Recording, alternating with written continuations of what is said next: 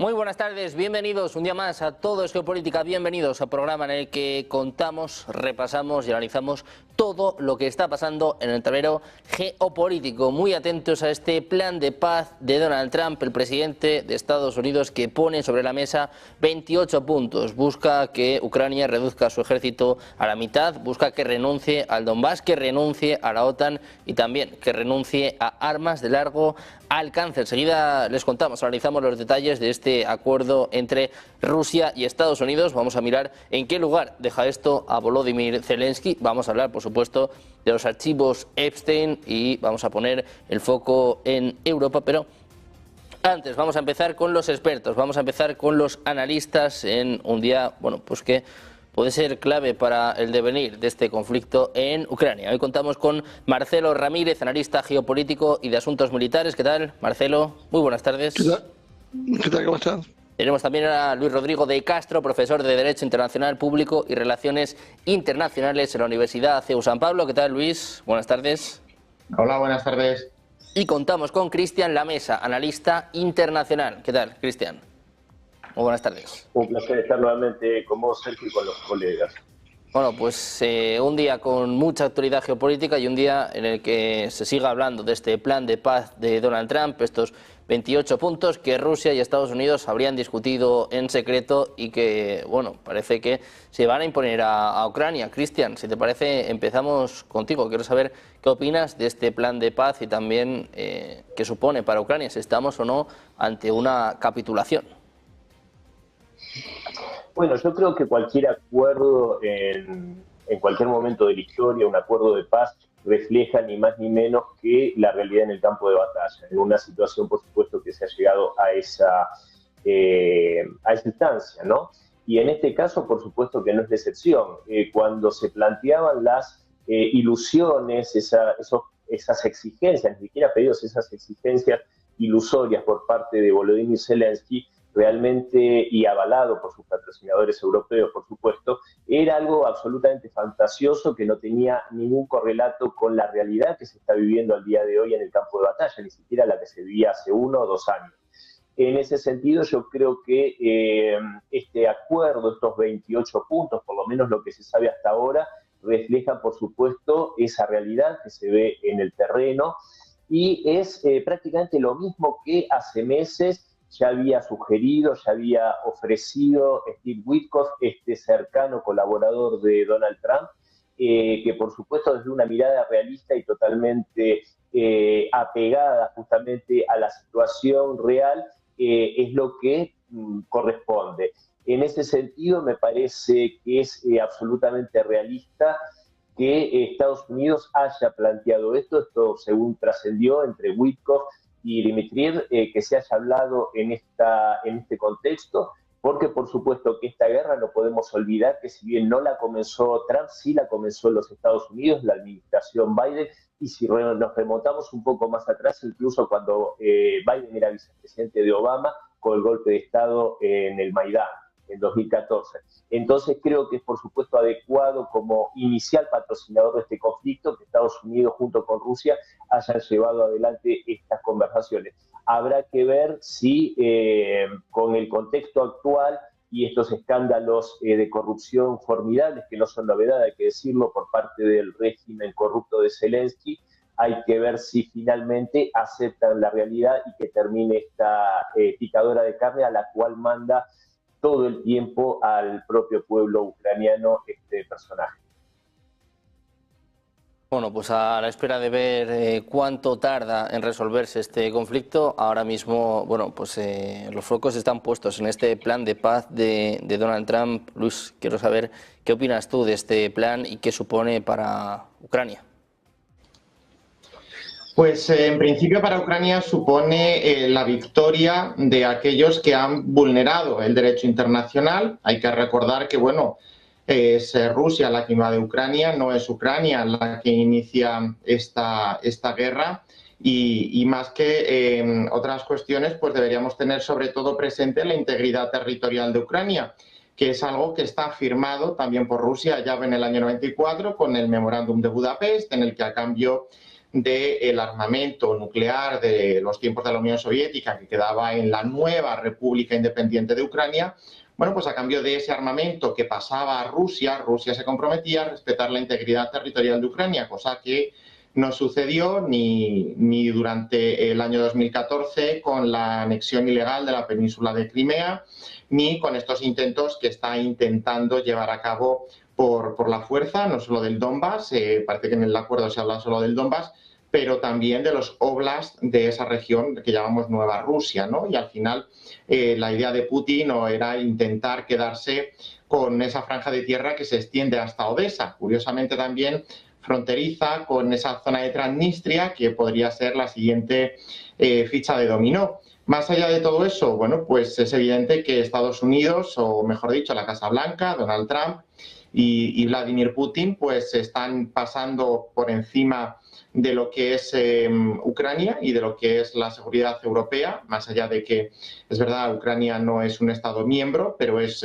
parte de la política europea de vecindad, es un Estado que comparte aspiraciones de futuro, porque así lo ha planteado el país de querer ser parte de la Unión Europea, y se está hablando del umbral del 2030-2033, y esa es una cuestión que no puede entrar en el acuerdo, precisamente porque ni Putin ni Donald Trump pueden asegurar ni pueden tener influencia porque no tienen voto, ninguno de los dos son parte de la Unión Europea. Otra cosa es que utilicen terceros estados, pero es algo que puede perfectamente suceder, que en ello estamos, y estamos en una situación también de humillación en parte a Ucrania, ¿no? Se está hablando también de reducir su capacidad militar, de imponerle que reduzca su ejército, de imponerle condiciones draconianas también en cuanto al territorio, que ha sido una de las líneas rojas, y yo creo que aquí, pues más allá de la anexión ilegal, podrían caber otras, como por ejemplo,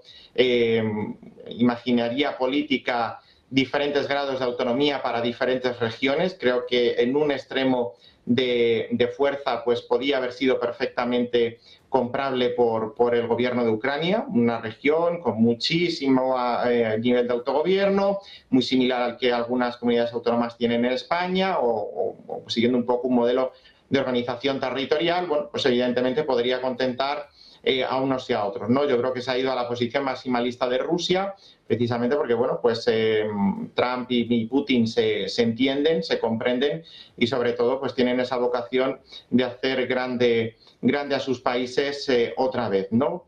Trump por esa posición del MAGA y Putin porque piensa que la disolución de la Unión Soviética fue el mayor error de la historia y que de una manera u otra pues hay que rehabilitarla, y eso implica extender las fronteras de una manera o de otra, ¿no? Pero evidentemente, si se está discutiendo de Ucrania, Ucrania debería estar en la mesa, no debería ser un mero espectador al que se le impongan condiciones, y precisamente porque esto puede acabar generando la semilla de un futuro conflicto, ¿no? Esas ansias revanchistas, todo esto nos puede sonar a algo conocido, ¿no? Un país humillado, un país al que se le imponen condiciones muy fuertes, al que se le reduce su capacidad militar, se le reduce el tamaño de su ejército, se le imponen lo que se llama la finlandización, posibilidades, o mejor dicho, imposibilidades de participar de manera soberana en determinados foros, un recorte a su soberanía, solo falta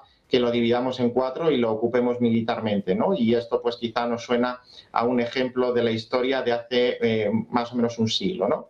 Y por lo demás, pues nada, recordar que en el año 2014 lo que hubo fue un presidente que se dio a la fuga y que precisamente por dejadez de funciones fue depuesto por el Parlamento ucraniano, nada más. Bueno, pues a la espera de ver qué dice, qué hace Volodymyr Zelensky, de momento se sigue dibujando este plan de Donald Trump, al parecer también con el apoyo de Rusia, sobre todo del enviado Kirill Dmitriev. Marcelo, te quiero preguntar por lo mismo, ¿cómo valoras este plan de paz y en qué posición, en qué situación estaría dejando a Ucrania? Bueno, tal vez yo creo que es un poco presuntuoso hablar de un plan o un acuerdo de paz. Casi podríamos decir que es un armisticio, en el sentido de que esto es una pausa en un largo conflicto. Creo que no tiene que ver ni siquiera exclusivamente con el tema de la Guerra Fría y con la Unión Soviética. Creo que Ucrania y el conflicto ruso con Occidente viene de tiempo bastante más antiguo, ya desde la época soviética, desde las épocas zaristas, esto ya era territorio del Imperio Ruso. Es decir, estamos hablando de una expansión de Occidente sobre las fronteras rusas que se ha dado sobre todo a partir de la caída de la Unión Soviética en los años 90. La OTAN ha desconocido los acuerdos iniciales y, bueno, hoy lo tenemos directamente en las fronteras de Rusia. Y esto es lo que desata la crisis de seguridad que Rusia necesita de alguna manera encauzar. Por otro lado, no podemos olvidar que el gobierno de Ucrania, que ahora curiosamente se lo exalta como un gobierno democrático, era un gobierno plagado de nazis, donde los propios medios europeos, por allá, por la época donde se produjo el golpe de Estado contra Yanukovych, se los presentaba como grupos neonazis que marchaban con antorchas, con una iconografía muy similar a la del nazismo. De hecho, utilizaban sus propios símbolos. Bueno, esta misma gente fue la que bombardeó el Donbass durante años, causando una cifra de muertos indeterminada, pero entre 8 y 14.000 personas, y que de alguna manera son las dos razones por las cuales conjugan la operación militar especial de Rusia. Entonces es muy relativo hablar de fronteras o de invasiones, cuando en realidad el proceso es mucho más complejo que esto, que sería una simplificación. En definitiva, lo que acá estamos viendo hoy, si hablamos de términos duros geopolíticos, es una realidad. Rusia es un ejército mucho más poderoso y es un país que, si bien durante los años 90 fue diezmado, fue reducido su ejército y fue humillado, bueno, se ha puesto de pie y vuelve a exigir lo que históricamente fue. Lo demuestra en el campo de batalla. La OTAN se atrincheró en Ucrania, Rusia está consiguiendo la derrota ucraniana y, bueno, hay una necesidad de encontrar una salida a este conflicto. Trump tiene su propia base electoral, MAGA, que lo está cuestionando porque parte de su plataforma electoral era salir de una guerra que, sin los apoyos de los Estados Unidos, sin el dinero de los Estados Unidos, sin el equipo de Estados Unidos, no se hubiese producido probablemente nunca. Y si se hubiese producido, hubiese terminado hace muchísimo tiempo atrás con la victoria rusa, mucho más rápido de lo que hoy es, porque Rusia en realidad está luchando contra el conjunto de la OTAN y los Estados Unidos. La llegada de Trump ha roto ese consenso en Occidente y lo que ahora se crea es la necesidad de encontrar una solución, de encontrarle una salida. En definitiva, lo que hoy está pasando, estaríamos hablando de una especie de congelamiento de las posiciones actuales, unas garantías de condiciones de seguridad condicionadas para Ucrania. Ucrania no entraría en la OTAN, debería ser un país forzosamente neutral, podríamos decir, no podría estar alineado dentro de la Organización del Tratado del Atlántico Norte, y Europa es reducida en su rango prácticamente a un jugador de segunda instancia, dado que las grandes decisiones ahora comienzan a tomarse por Estados Unidos, por Rusia y en todo caso por China, que es un actor extrarregional que hoy está, bueno, de alguna manera acompañando a Rusia en este esfuerzo con ciertas cuestiones relativas, ¿no? En definitiva, dadas estas condiciones, lo que empezamos a ver es un reordenamiento internacional donde Ucrania se demuestra lo que verdaderamente es, un estado títere al servicio de otras potencias, y donde se ve también un grave conflicto interno en Occidente que se está fracturando en dos bloques, y que, dada la situación interna de Estados Unidos, las presiones sobre Trump que está habiendo, como decía, de su propia base electoral, pero también de la oposición, necesitan encontrar una salida rápida. Una de las promesas electorales era terminar con esta guerra, terminar con el dinero que gastan los contribuyentes estadounidenses para primero hacer la guerra y luego para pagar las reconstrucciones, y en definitiva eso creo que es lo que está intentando hacer Donald Trump de forma más o menos desordenada.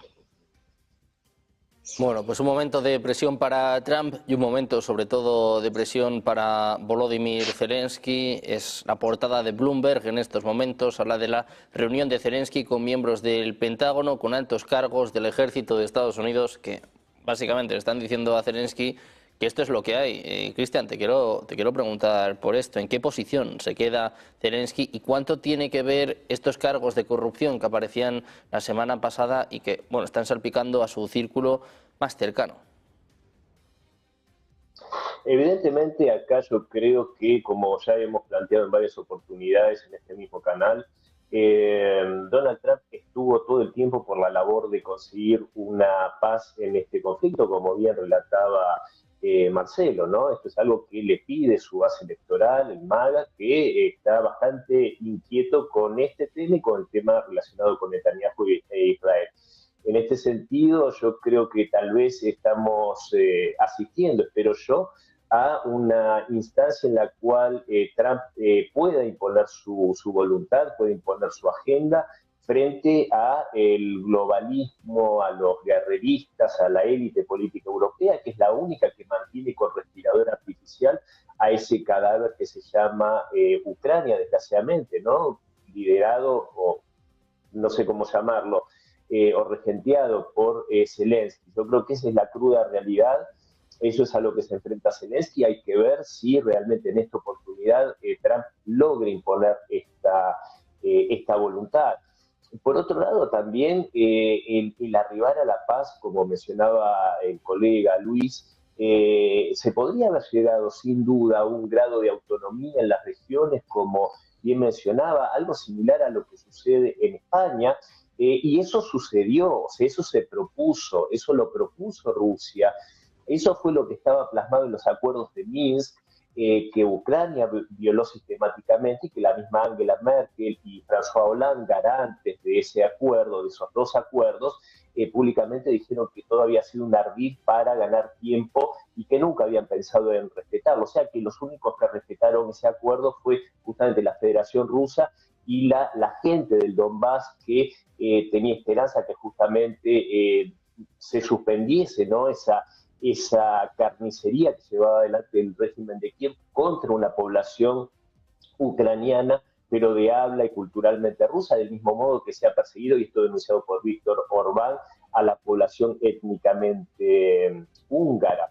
Entonces eso se hubiese logrado y se hubiese evitado este derramamiento de sangre, pero fue Kiev y fue Occidente los que no lo quisieron. Eso también figuraba en el acuerdo en Estambul de principios de 2022, el que Boris Johnson se ocupó personalmente de abortar.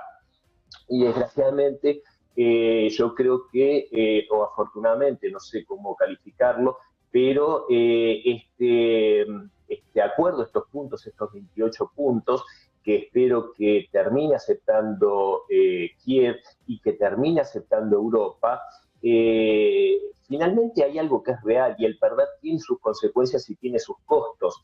Entonces, por supuesto, acá hay que tener claro que el régimen de Kiev, el régimen títere, como bien mencionaba Marcelo, perdió, Europa perdió, y de hecho también se mencionaba la finlandización. Yo creo que a Finlandia no le fue para nada mal con la neutralidad que llevó adelante hasta hace muy poco tiempo, del mismo modo que tampoco a Austria le ha ido mal. Entonces yo creo que en este sentido, por mi parte por lo menos, yo creo que es muy valioso y hay que destacarlo, ya sea por su voluntad propia o su electorado, que realmente Donald Trump está demostrando estar por la labor de solucionar este tema. Creo que Rusia siempre lo estuvo, incluso hasta último momento, con la propuesta que hace en diciembre de 2021 de un acuerdo de seguridad para toda Europa, vinculante jurídicamente, el cual fue despreciado por la Casa Blanca de Biden. Entonces, bueno, en este sentido, esperemos que finalmente se le quite este respirador artificial a Zelensky y que pueda terminar esta guerra terrible, que es una guerra, también hay que decirlo, fratricida, porque el pueblo ruso y el pueblo ucraniano son dos pueblos hermanos. Bueno, pues pendientes de Rusia y de Ucrania, estábamos analizando, bueno, cuál es el papel, cuál va a ser el papel de Volodymyr Zelensky con Europa, que también decía, bueno, pues que Ucrania y la Unión Europea deben tener algo que decir. Luis, te quiero preguntar por esto, ¿qué papel va a jugar Zelensky y cómo le puede afectar en el caso de que termine aceptando este acuerdo? Pues jugará el papel que Donald Trump y Putin quieran que jueguen, ¿no? Lo estamos viendo, se están negociando, o aparentemente, porque tampoco tenemos confirmación oficial, aunque todos sabemos que sí, se están negociando unas condiciones que le serán impuestas a Ucrania y que le van a decir es un trágala, ¿no? Entonces, bueno, el papel que jugará Zelensky, que jugará Ucrania, que al final pues estamos hablando de la soberanía ucraniana. Imaginemos que a cualquiera de nuestros países le imponen, primero es invadido y luego le desatan una guerra, y además se ve obligado a aceptar una serie de condiciones que prácticamente le humillan, ¿no? Bueno, pues evidentemente cualquier líder político en su situación primero dará la batalla negociadora, la batalla diplomática y la batalla política. Y posteriormente, más allá de que estos dos personajes le dejen tener algún rol de influencia, pues si no queda más remedio, evidentemente la posición interna queda sumamente tocada, porque Zelensky ha insistido una y otra vez que él no aceptaría o que no renunciaría a ni siquiera un centímetro cuadrado de tierra ucraniana, ¿no? Y evidentemente verse en la tesitura de aceptar eso que él ha negado que siempre aceptaría, que nunca aceptaría, pues evidentemente deja una situación muy precaria, y que, bueno, pues en ese caso lo que cabría esperar es una dimisión ipso facto. Es verdad que esa palabra pues a los políticos les da mucho miedo, ¿no? Lo de asumir responsabilidades, rendir cuentas y de una manera o de otra pues decir, bueno, yo dije una cosa, no la he mantenido porque no me ha sido posible o por cualquier otra circunstancia, hasta aquí he llegado, ¿no? Y a partir de ahí pues abriría una nueva presidencia, que habría que ver también qué persona lidera la reconstrucción de Ucrania, qué persona es la encargada de llevar a cabo la implementación sobre la práctica de ese plan de paz, y sobre todo de qué manera es capaz de reconstruir ya no solo materialmente el país, sino de manera también social. Evidentemente la guerra hace estragos, pero es que en el caso de Ucrania más o menos ha habido una pérdida de población según cifras oficiales. Luego siempre nos queda la vía de los controles no oficiales, ¿no? Pero está hablando de una pérdida de 10 millones de población. Ucrania al inicio de la guerra tenía una población muy similar a la que tiene España, 47 millones de habitantes, a grosso modo, y ahora estaría en torno a 37 millones, ¿no? Es decir, no solo ha tenido bajas, sino que también ha habido en torno a 7 millones de desplazados a la Unión Europea, otros tantos, no en tanta cuantía, pero sí que se han producido flujos de migración hacia Rusia. Es verdad, no todos entraron en la Unión Europea, también algunos se fueron hacia el otro lado, y además las migraciones internas, ¿no? Para intentar huir de las zonas más calientes, y sobre todo tenemos un Estado que tiene que ser un Estado en una situación muy complicada, que en la reconstrucción tiene que afrontar también en proporción una carga mucho mayor de gasto en pensiones, porque evidentemente los que se han ido pues son aquellos que mayoritariamente forman la fuerza laboral bruta.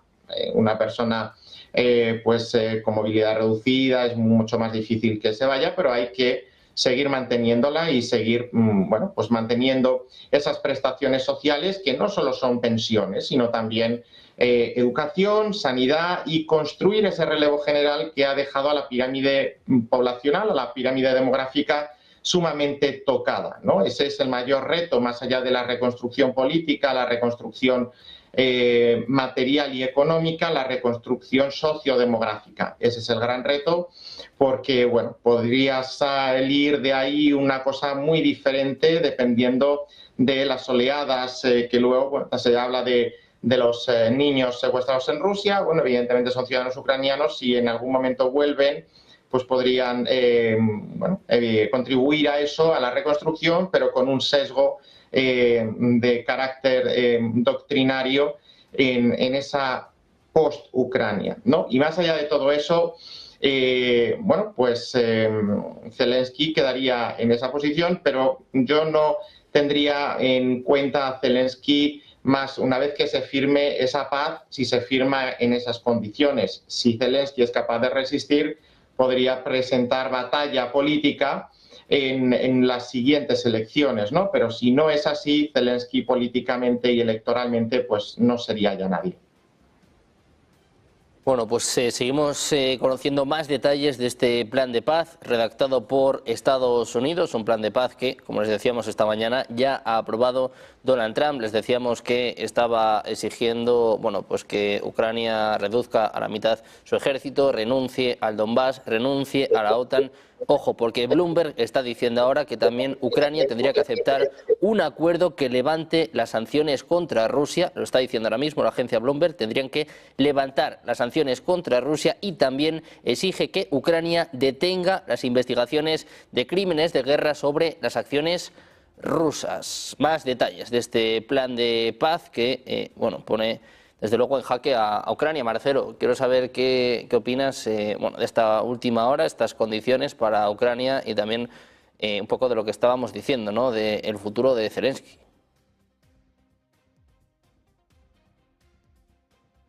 Rusia va a hacer la devolución de los 300.000 millones de dólares confiscados, ¿no? Yo creo que lo que estamos viendo ahora es la eclosión de algo que ya se sabía, pero que hasta ahora por cuestiones políticas se estaba tapando, podríamos decir, ¿no? Ucrania es uno de los estados más corruptos. Los índices básicamente de corrupción los encabezaba todos. Recordemos que cuando se inició el conflicto, muchas de las armas que enviaban a Occidente aparecían en mercados negros de terceros países. Entre ellos se las ha visto en Kosovo, equipamiento militar que los propios ucranianos vendían, inclusive han vendido equipamiento militar a los rusos, a sus propios enemigos. O sea, esto es algo inherente, parecería, al propio régimen ucraniano. Lo que está viendo ahora es que, bueno, quienes lo han entronizado a Zelensky, le han dado carta blanca para hacer toda esta locura, ahora han decidido bajarle el pulgar por otros motivos. Como sucede también cuando se pierde una guerra, alguien lo debe pagar, siempre el chivo expiatorio iba a ser Zelensky, esto no cabía duda, y ahora, bueno, casualmente aparece la NABU, la agencia de corrupción financiada por precisamente Estados Unidos, que es la que se encarga de investigar, en teoría, qué es lo que pasa con el dinero y las armas y las ayudas que llegan a Ucrania, y que básicamente nunca había hecho nada demasiado serio, más alguna denuncia aislada, ahora cobra protagonismo por un escándalo que hay con la energía nuclear en Ucrania, donde se hablaban de esquemas de corrupción del 10 al 15%. Allí el jefe es Timur Minlich, un asesor de Zelensky, que ahora ha huido a Israel, y que efectivamente esto lo confirman los mismos medios ucranianos e inclusive hasta medios insospechados como Reuters, Le Monde o The Guardian. Lo que esto ya significó fue la caída de dos ministros, el ministro de Justicia y la ministra de Energía, y se habla inclusive de que Yemak, el jefe de gabinete de Zelensky, también podía ser arrastrado y es la mano, podríamos decir, operadora de Zelensky en la política interna de Ucrania. Muchos sospechan que detrás de esto está Piotr Poroshenko, el anterior presidente. En definitiva, ¿qué nos dice todo esto? Lo que hay son luchas intestinas, algunos sectores de Occidente querían posicionar a la Zaluzhny como relevo. Bueno, evidentemente Poroshenko cree que es el momento de volver él. Veremos a alguno que también menciona a Klitschko como alguien que podía ser un aspirante a ocupar el recambio presidencial. Todo esto, en definitiva, muestra entonces esa fractura. Se está fracturando también el Partido Servidor del Pueblo, que es el partido de Zelensky, que ha acompañado a algunos diputados esta iniciativa, cosa que nunca habían hecho hasta la fecha. Todo en general entonces empieza a darnos la situación de un régimen que está en descomposición y que desde Estados Unidos, seguramente desde Washington, se ha decidido bajarle el pulgar porque evidentemente no está aceptando las reglas de juego que Donald Trump le viene proponiendo desde hace meses. De alguna manera hay una especie de advertencia y esto creo que es la más seria a Zelensky, que bueno, el plan de paz se va a hacer como lo decidan Trump y Putin, y si no le gusta, bueno, vamos a ir viendo muchos escándalos de corrupción y seguramente significará la caída de Zelensky, es desgracia. Todo esto nos da como conclusión entonces que bueno, que evidentemente se está preparando un cambio profundo, que sobre todo Londres, quien ha impulsado a la Unión Europea a apoyar a Zelensky, se está viendo, parece impotente para esta vez poder detener el proceso de paz, como ya había sucedido con Boris Johnson en su momento. Si nosotros analizamos más o menos fríamente lo que sucede cada vez que hay un acuerdo de paz, generalmente interfiere Londres y consigue extremar las posiciones. Bueno, esta vez parecería que la decisión de Trump ha sido bastante más firme y que los acuerdos con Rusia están marcando una redefinición. Quedan muchos puntos grises por ver. No sabemos qué va a pasar con la salida al Mar Negro, si Ucrania va a seguir contando o si veremos en alguno de esos 28 puntos como Rusia también toma el control de Odessa, que es una vieja aspiración de Rusia, y sobre todo porque está latente el problema de Transnistria, que es un enclave ruso que Rusia considera siempre en peligro, un enclave prorruso para hablar con un poco más de propiedad, y que es un tema también sensible, y que la OTAN en algún momento estaba presionando sobre este enclave. Entonces creo que todavía hay muchos puntos para ir diluyendo, pero creo que esta cuestión de lo que está sucediendo internamente en Ucrania es, podríamos decir, lo que está ejemplificando que esta vez parecería que va mucho más en serio el proceso que otras veces y que se va por lo menos pausar este enfrentamiento, aunque, vuelvo a insistir con este concepto, las raíces profundas del conflicto, que es esa expansión de la OTAN sobre Rusia, todavía siguen sin resolverse. Bueno, pues a la espera de ver si se resuelve o no este conflicto, quiero poner más temas encima de la mesa con Trump, que va a seguir siendo el protagonista, y con el caso Epstein, porque vemos como Trump, bueno, pues está triunfando en lo que refiere a política exterior, ya ha detenido 8 guerras, vamos a ver si pronto detiene la 9ª, pero la principal guerra que tiene Trump está en su casa, es la política interna y es este caso Epstein que, bueno, empieza a hacer daño también a los republicanos. Cristian, te quiero preguntar por esto, ¿qué está pasando realmente en Estados Unidos? Bueno, a ver, el tema interno en Estados Unidos es muy complejo. Yo creo que ahí tal vez Trump se enfrenta a una de las situaciones más complejas, ¿no? Porque esto incluso genera división y hostilidades entre su propia base electoral, que hay que recordar que no es precisamente cuantiosa, o mejor dicho, su porción del Partido Republicano, que es minoritaria. Ya a mi modo de ver, esto conllevó, si se mantiene en el tiempo, un costo importante, que es esta separación, esta pelea con Marjorie Taylor Greene, que ha sido una legisladora absolutamente leal a Donald Trump, y por este tema justamente ha surgido una división, una enemistad con declaraciones fuertes por parte del republicano en contra de esta representante.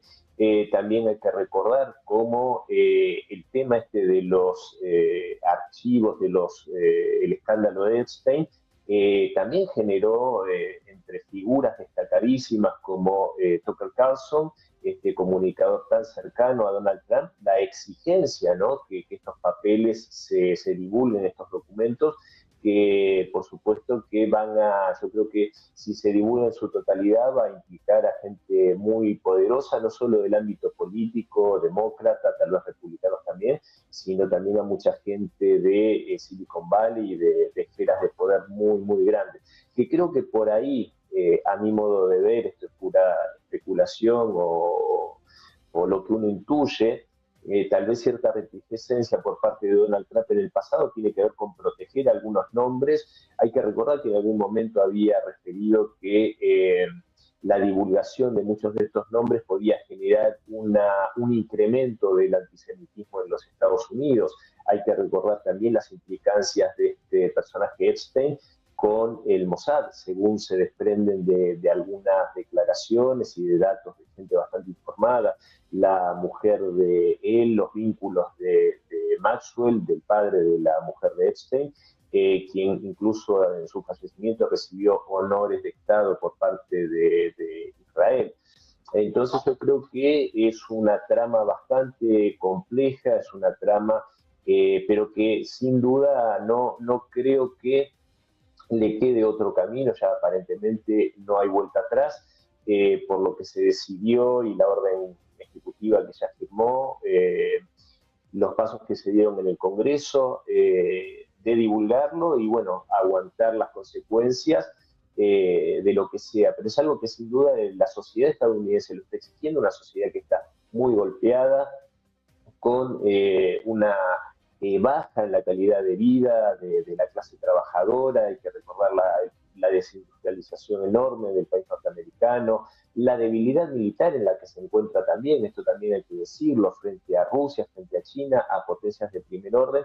Ya Estados Unidos no es lo que fue, y creo que, y con esto cierro, si el país, la clase política, todo lo que es este establishment poderoso frente a la sociedad estadounidense, no hay una purga y una especie de purificación, realmente veo bastante complicado el que Trump pueda consolidar lo que aparentemente quiere hacer, no solo en la política exterior, que como bien vos mencionabas parecería estar consiguiendo resultados, al menos por ahora, pero lo que quiere hacer a puertas hacia adentro de Estados Unidos, no creo que lo vaya a lograr si no encara fuertemente y sin tapujos este tipo de situaciones. Pues Luis, quiero saber también tu opinión sobre este caso Epstein, que bueno, al final el presidente de Estados Unidos ha tenido que firmar, que bueno, se han tenido que publicar y que parece que van a golpear tanto a republicanos como a demócratas, pero después de la victoria en Nueva York parece que los republicanos empiezan a ver problemas por todos lados. Quiero saber cómo piensas que va a afectar sobre todo a las elecciones de medio término. Bueno, pues lo que hay en esos papeles nos enteraremos en breve. Es evidente que bueno, pues es un ejercicio de transparencia. Yo, hombre, no sé hasta qué punto puede haber algo que incrimine directamente a Donald Trump y que pueda llevarle a prisión, porque evidentemente si hubiera habido algún indicio, por mucha presión política que hubiera habido, podría haberse negado a firmarlo, ¿no? Entonces, en el momento en el que lo firma, yo no sé hasta qué punto puede haber algo incriminatorio. Es verdad que puede haber algún documento pues, que diga que se ha podido reunir con Epstein, que se ha podido encontrar con él, bueno, pero algo incriminatorio, como decíamos la semana pasada, pues es que al final las dos personas que podrían hablar para bien o para mal han fallecido y son la supuesta víctima y Epstein, ¿no? Entonces, en ese momento en el que las dos personas implicadas directamente ya no están con vida, lo que pueda haber en los documentos, bueno, pues puede arrojar luz y sobre todo si va a ir más o menos, va a repartir la porquería, por decirlo de alguna manera elegante, entre demócratas y republicanos, bueno, pues tampoco hay mucho que perder, ¿no? Van a perder los dos, al final se compensa el escándalo que pueda salir del Partido Republicano con lo que pueda salir del Partido Demócrata. Bueno, si solo fuera por un partido, pues quizá ahí habríamos podido asistir a alguna estrategia, a algún sainete con fines electorales, ¿no? Pero es verdad, y yo lo decía, Donald Trump es un hombre al que siempre le han gustado las mujeres, con un determinado patrón, sobre todo las europeas del este. Luego es verdad que Europa la menosprecia, pero bueno, para ese tipo de cuestiones parece que las prefiere, pero siempre se han conocido, ¿no? Y es verdad que Donald Trump siempre ha hecho gala de ser ese galán, pero nunca se le ha conocido, por lo menos hasta donde yo tengo conocimiento, ningún escándalo de faldas en el que hubiera alguna ilegalidad o hubiera habido algo como lo que está en el caso Epstein, ¿no? Pero más allá de eso, yo creo que electoralmente a Donald Trump no le va a afectar, porque Donald Trump ya no va a poder presentarse a unas nuevas elecciones presidenciales. En caso de que vayan mal las elecciones de medio mandato de menos de un año ya, y hay que tener en cuenta que ya estamos en pre-campaña, en la carrera electoral. En caso de que vayan mal, él siempre puede decir: la culpa es de los candidatos que se presentaron. Yo no me presentaba. Oiga, si usted no ha sido capaz de retener su escaño en el distrito X, pues mírese usted a ver por qué no ha conseguido revalidarlo, ¿no? Bueno, más allá de eso, también es verdad que está el Senado, podría utilizar esa estrategia y en las próximas elecciones presidenciales sucederá lo mismo. Él no será candidato, aunque J.D. Vance sea su vicepresidente y pueda aspirar a la presidencia y tendrá que ganarse la nominación republicana, pero aún en ese extremo el argumento sería el mismo, el que se presenta J.D. Vance, no Donald Trump. Entonces, si él no ha sabido gestionar esa parte de, el protagonismo que le da estar en el gobierno, pues la culpa será de él, como lo fue de Kamala Harris y no de Joe Biden, que al final, ese argumento también nos vale, aunque sepamos luego que mucha parte de responsabilidad de que Kamala Harris pues no tuviera las oportunidades que ella pensaba que tenía, se deban a la administración Biden, al papel que el presidente Biden llevó a cabo en ciertos momentos de su presidencia y sobre todo a la labor de ciertos miembros destacados del Partido Demócrata, ¿no? Pero electoralmente yo creo que Donald Trump tiene el argumento fácil y es decir, mire, yo no me presento, los que se han presentado que cada palo aguante su vela y en este caso yo no me he presentado. Quiero saber también tu opinión sobre este caso Epstein y, pues este escándalo que sacude a Estados Unidos. Bueno, creo que este caso lo que demuestra son varios aspectos. Uno es la división que hay en Estados Unidos y yo diría en Occidente, porque no olvidemos que los implicados o los nombres que han circulado relacionados con este caso incluyen personajes como el príncipe Andrew, lo cual explica que esto abarca todas las esferas, desde las políticas, empresariales, tecnológicas, inclusive hasta la propia realeza británica. Entonces las consecuencias son muy graves. Larry Fink, el CEO de BlackRock, acaba de renunciar al directorio de OpenAI, por ejemplo, y es uno que se considera uno de los coletazos ya de la amenaza nomás de la difusión de lo que ha sucedido. Creo que todo esto conmociona y creo que cuando Trump decía en campaña electoral que él iba a drenar el pantano, se refería precisamente a esto. Y esto fue lo que compró el votante estadounidense, el votante medio, y esto es lo que consiguió el apoyo de MAGA. Porque recordemos que MAGA es un movimiento ajeno en realidad a Donald Trump y anterior a Donald Trump, que suma su apoyo a Donald Trump porque lo ve como la figura que iba a llevar a cabo esa limpieza del pantano. Bueno, Trump comenzó muy vacilante esta presidencia y esto ha causado muchísimo descontento y esto exige de alguna manera un golpe de timón para poder retomar el protagonismo, dado que, como se van dando las circunstancias, Trump evidentemente estaba perdiendo cuotas de poder aceleradamente, como vimos en las últimas elecciones en Nueva York. Entonces, esto desde el punto de vista interno muestra esa tendencia y también genera otro problema que está afectando a la base electoral de MAGA, que es el American First. Muchos utilizan como señal de protesta una pregunta, si es American First o es Israel First. Y esto también está produciendo tensiones internamente, sobre todo porque las cuestiones de Epstein están relacionadas íntimamente, como bien decía Cristian, con el Mossad.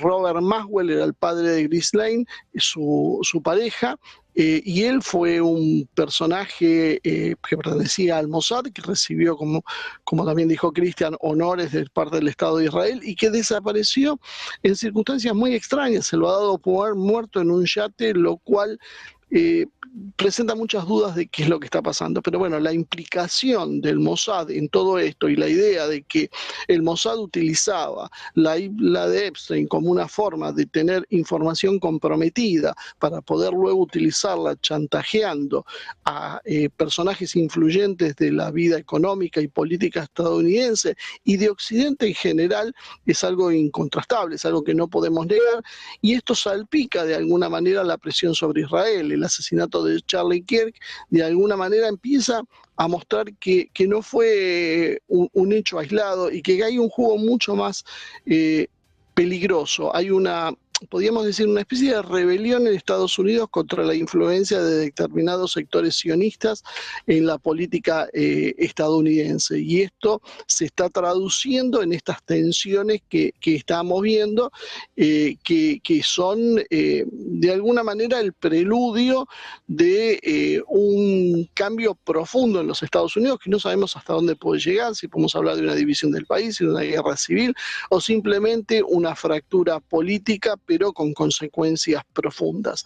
La realidad es que se va produciendo entonces este doble problema, podríamos decir, que es la presencia de Israel dentro de la política interna de los Estados Unidos por un lado, y por otro lado las necesidades de Trump de retomar el control político y responder un poco a su base electoral. Esto lleva entonces a que creo que se tome esa decisión, que si bien puede salpicar al propio Donald Trump y a gente de su entorno, creo que ya era imposible sostener la presión interna sin consecuencias mucho más graves. Por último, me gustaría señalar un pequeño detalle que está pasando desapercibido. Todos los implicados en este esquema de corrupción de la isla de Epstein tiene que ver con precisamente las élites de Occidente. No hemos encontrado hasta ahora, por lo menos que sepamos, casos de los países que son, por ejemplo, parte del eje del mar. No he visto iraníes, no he visto rusos, no he visto chinos, no he visto coreanos del norte, y esto daría que pensar también sobre los relatos que la media está vendiendo a la población. Bueno, pues el foco puesto en Estados Unidos y en este caso Epstein. Están viendo, por cierto, el funeral de estado de Dick Cheney, donde no está Donald Trump, tampoco está J.D. Vance. Un momento de tensión, un momento de crisis interna en Estados Unidos que también está sacudiendo a Donald Trump. Nosotros nos quedamos sin tiempo de más. Luis, Marcelo, Cristian, un placer contar con los tres por aquí. Muchísimas gracias. Muy buen día. Como siempre. Muchas gracias. Un abrazo. Nosotros que hacemos una pequeña pausa, unos minutos, enseguida más información, más análisis en Negocios Televisión.